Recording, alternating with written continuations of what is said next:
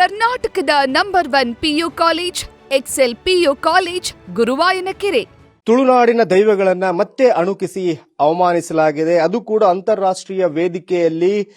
Bollywood ನಟ ರಣಬೀರ್ ಸಿಂಗ್ ಚಾಮುಂಡಿ ದೈವವನ್ನ ಅಣುಕಿಸಿ ಅವಮಾನಿಸಿರುವಂತ ಇದ್ರ ಬಗ್ಗೆ ಭಾರಿ ಆಕ್ರೋಶ ವ್ಯಕ್ತವಾಗ್ತಿದೆ. ಅದ್ರ ಬಗ್ಗೆ ಮಾತಾಡ್ಲಿಕ್ಕೆ ನಮ್ಮೊಂದಿಗೆ ಕತ್ತಲ್ ಸಾರ್ ಇದ್ದಾರೆ, ತುಳು ಸಾಹಿತ್ಯ ಅಕಾಡೆಮಿಯ ಮಾಜಿ ಅಧ್ಯಕ್ಷರು ಮತ್ತೆ ದೈವಾರಾಧಕರು ಕೂಡ. ರಣಬೀರ್ ಸಿಂಗ್ ಒಂದು ಅಂತಾರಾಷ್ಟ್ರೀಯ ವೇದಿಕೆ, ಅಂತಾರಾಷ್ಟ್ರೀಯ ಫಿಲ್ಮ್ ಫೆಸ್ಟಿವಲ್ ವೇದಿಕೆಯಲ್ಲಿ ಚಾಮುಂಡಿ ದೈವವನ್ನು ಅಣುಕಿಸಿರೋದು, ಏನ್ ಹೇಳ್ತೀರಿ? ಇತ್ತೀಚೆಗೆ ನೋವುಗಳ ಸರಮಾಲೆ ನಮ್ಮ ಮೇಲೆ ಬರ್ತಾ ಇದೆ. ಬಹಳ ಬೇಸರ ಆಗ್ತಾ ಇದೆ. ದೈವಾರಾಧನೆ ಅನ್ನುವಂಥದ್ದು ಯಾವ ಶ್ರದ್ಧೆ ಮತ್ತು ಭಾವನಾತ್ಮಕ, ಅದರೊಂದಿಗೆ ಬಹಳ ವಿಶೇಷವಾಗಿ ಈ ನೆಲದ ಒಂದು ಅಸ್ಮಿತೆ, ತುಳು ನೆಲದ ಅಸ್ಮಿತೆ, ಅದೊಂದು ಮೌಲ್ಯ ಕಲ್ಪಿಸಬೇಕಾಗಿರುವಂತಹ ಒಂದು ಆರಾಧನಾ ಪರಂಪರೆಯನ್ನು ವೇದಿಕೆಯಲ್ಲಿ ಒಂದು ಅಪಹಾಸ್ಯಕ್ಕೆ ಈಡಾಗುವ ವಸ್ತುವನ್ನಾಗಿಸುವ ತೆರದಲ್ಲಿ ಕಾಣುವಾಗ ಬಹಳ ನೋವಾಗ್ತದೆ. ನಮ್ಮದು ಅರಣ್ಯ ರೋದನ ಏನಿದ್ರು, ಇದರ ಬಗ್ಗೆ ಏನು ಹೇಳಿದರೂ ಪ್ರಯೋಜನ ಆಗುವುದಿಲ್ಲ. ಯಾಕಂತೇಳಿದರೆ ದೈವಾರಾಧನೆಗೆ ಕಾನೂನಾತ್ಮಕ ಚೌಕಟ್ಟಿಲ್ಲ. ಅದು ಆರಾಧನೆ ಪರಂಪರೆಗೆ ಇದಮಿತ್ತಂ ಅನ್ನುವಂಥ ವ್ಯವಸ್ಥೆ ಅನ್ನುವಂಥದ್ದಿಲ್ಲ. ಯಾರು ಏನು ಮಾಡಿದರೂ ಅದನ್ನು ಪ್ರಶ್ನಿಸುವ ಹಾಗಿಲ್ಲ. ಈ ಪರಿಸ್ಥಿತಿ ನಿರ್ಮಾಣ ಆಗಿದೆ. ಯಾಕಂತೇಳಿದರೆ ದೈವಾರಾಧಕರು ಬಡವರಾಗಿದ್ದಾರೆ, ಅವರು ಶೋಷಿತರಾಗಿದ್ದಾರೆ, ಅವರು ದಲಿತರಾಗಿದ್ದಾರೆ. ಅದರೊಂದಿಗೆ ದೈವಾರಾಧನೆಯ ಬಗ್ಗೆ ಇತ್ತೀಚೆಗೆ ದೈವಾರಾಧಕರಿಗೆ ಅದರ ಬೆಲೆ ಗೊತ್ತಿಲ್ಲದೆ, ಅದರ ಮೌಲ್ಯ ಗೊತ್ತಿಲ್ಲದೆ ಅವರಿಗೂ ಬೇಡ ಆಗುವಂಥ ಪರಿಸ್ಥಿತಿ ಆಗಿದೆ ಅನ್ನೋ ರೀತಿ ಅನ್ನಿಸ್ತಾ ಇದೆ. ರಣವೀರ್ ಸಿಂಗ್ ಅನ್ನುವಂಥ ಒಂದು ಅಂತಾರಾಷ್ಟ್ರೀಯ ಖ್ಯಾತಿಯ ನಟ, ನಮಗೆ ಒಂದು ಅವರ ಧರ್ಮಪತ್ನಿ ಈ ನೆಲದ ಖ್ಯಾತ ಕ್ರೀಡಾಪಟು, ಆಯ್ತಾ? ಹಾಗಿರುವಾಗ ನಮ್ಮ ನೆಲದವರು, ತುಳುವ ನೆಲದವರು ಯಾರು, ಅವರ ದೀಪಿಕಾ ಪಡುಕೋಣೆ ನಮ್ಮ ನೆಲದವರು. ಪಡುಕೋಣೆ ಅಂತ ಹೇಳಿದ್ರೆ ನಮ್ಮ ನೆಲದವರು. ಅಂಥವರ ಒಂದು ಪತಿಯಾಗಿದ್ದುಕೊಂಡು ಸಹಸ್ರ ಜನರು ಇರುವಂಥ ವೇದಿಕೆಯಲ್ಲಿ ದೈವಾರಾಧನೆ ಒಂದು ಅದು ಕೂಡ ಚಾಮುಂಡಿ ದೈವವನ್ನು ಒಂದು ಲೇಡಿ ಗೋಸ್ಟ್ ಅನ್ನೋ ರೀತಿ, ಅದು ಮತ್ತೆ ಅದೊಂದು ಅರಚುವ ರೀತಿ ಉಂಟಲ್ಲ, ಒಂದು ಆಡು ಇದು ಮಾಡಿದಾಗೆ ಮಾಡುವಂಥದ್ದು. ಅದಕ್ಕೆ ಎದುರಿನವರಿಗೆ ಕನಿಷ್ಠ ಒಂದು ಪಶ್ಚಾತ್ತಾಪ ಆದರೂ ಆಗಿರ್ಬೇಕು. ಅದನ್ನು ಅಲ್ಲ, ಆ ಕಾರ್ಯಕ್ರಮದಲ್ಲಿ ರಿಷಬ್ ಶೆಟ್ಟಿ ಕೂಡ ಇದ್ರು. ಹಾಗೆ ಅಣಕಿಸಬೇಕಾದ್ರೆ, ದೈವವನ್ನು ಅಣಗಿಸಬೇಕಾದ್ರೆ ಅಟ್ಲೀಸ್ಟ್ ಅವರಾದ್ರೂ ಅದು ಧ್ವನಿ ಎತ್ತಬೇಕಾಗಿತ್ತು, ಅದು ಏನಾದ್ರೂ ಹೇಳ್ಬೇಕಾಗಿತ್ತು. ಆ ಥರದ್ದೇನು ಮಾಡಿ ಅದೇ ಹೇಳುವಂಥದ್ದು. ಅವರ ಹತ್ತಿರ ಇರುವವರು ಸಡನ್ ಮುಖ ತಿರುಗಿಸಿದ್ರು, ಮುಖಕ್ಕೆ ಒಂದು ಬಟ್ಟೆ ಅಡ್ಡ ಹಿಡ್ಕೊಂಡ್ರು, ನೋವಿನಿಂದಲೋ ಬೇಸರದಿಂದಲೋ.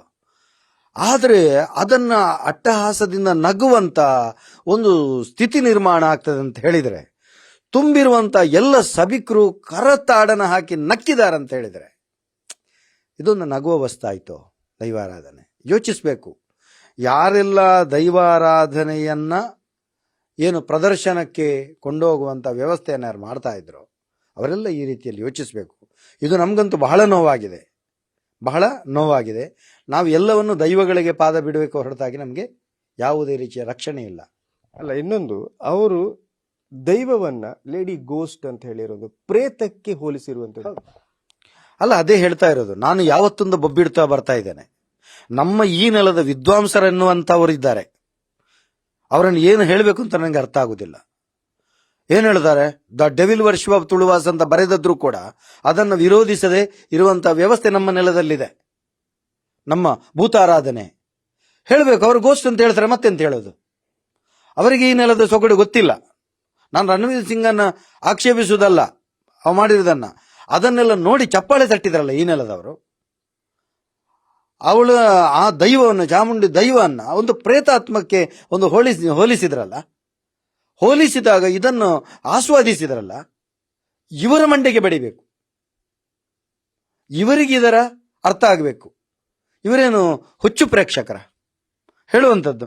ತಮ್ಮ ಏನು ನಾಳಿನ ದಿವಸ ನನ್ನ ತಾಯಿಗೆ ಒಂದು ಅವಮಾನ ಆದರೆ ನಾನು ಸಹಿಸಲಿಕ್ಕೆ ಆಗ್ತದ?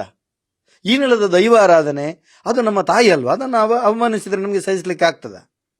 ಹೇಳುವಂಥದ್ದು ಯಾವುದಕ್ಕೆ ಯಾವ ರೀತಿಯ ಮೌಲ್ಯ ಕಲ್ಪಿಸಬೇಕು, ಯಾವುದನ್ನು ಅವಹೇಳನ ಮಾಡಬೇಕು ಅರ್ಥ ಆಗುವುದಿಲ್ಲ.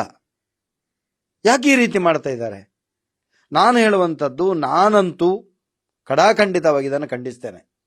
ಖಂಡಿತವಾಗಿ ನನಗೆ ಯಾವುದೇ ಹೆದರಿಕೆ ಇಲ್ಲ, ನನಗೆ ಸತ್ಯಗಳ ಮೇಲೆ ನಂಬಿಕೆ ಇದೆ. ಆ ಸತ್ಯಗಳೇ ಇವರಿಗೆ ಕೊಡಬೇಕು, ಬೇರೆ ಏನು ಮಾಡ್ಲಿಕ್ಕೆ ಆಗೋದಿಲ್ಲ. ಈಗ ಅವರಿಗೆ ಯಾವ ರೀತಿ ವಿರೋಧ ವ್ಯಕ್ತಪಡಿಸ್ತೀರಿ ಅಥವಾ ಅವರ ವಿರುದ್ಧ ಏನಾದರೂ ಹೋರಾಟ ಮಾಡ್ತೀರಿ ಏನಾದರೂ? ಇಲ್ಲ, ಹೋರಾಟ ಅನ್ನುವಂಥದ್ದನ್ನ ಫಲಪ್ರದ ಆಗುವುದಿಲ್ಲ. ಯಾಕಂತ ಹೇಳಿದ್ರೆ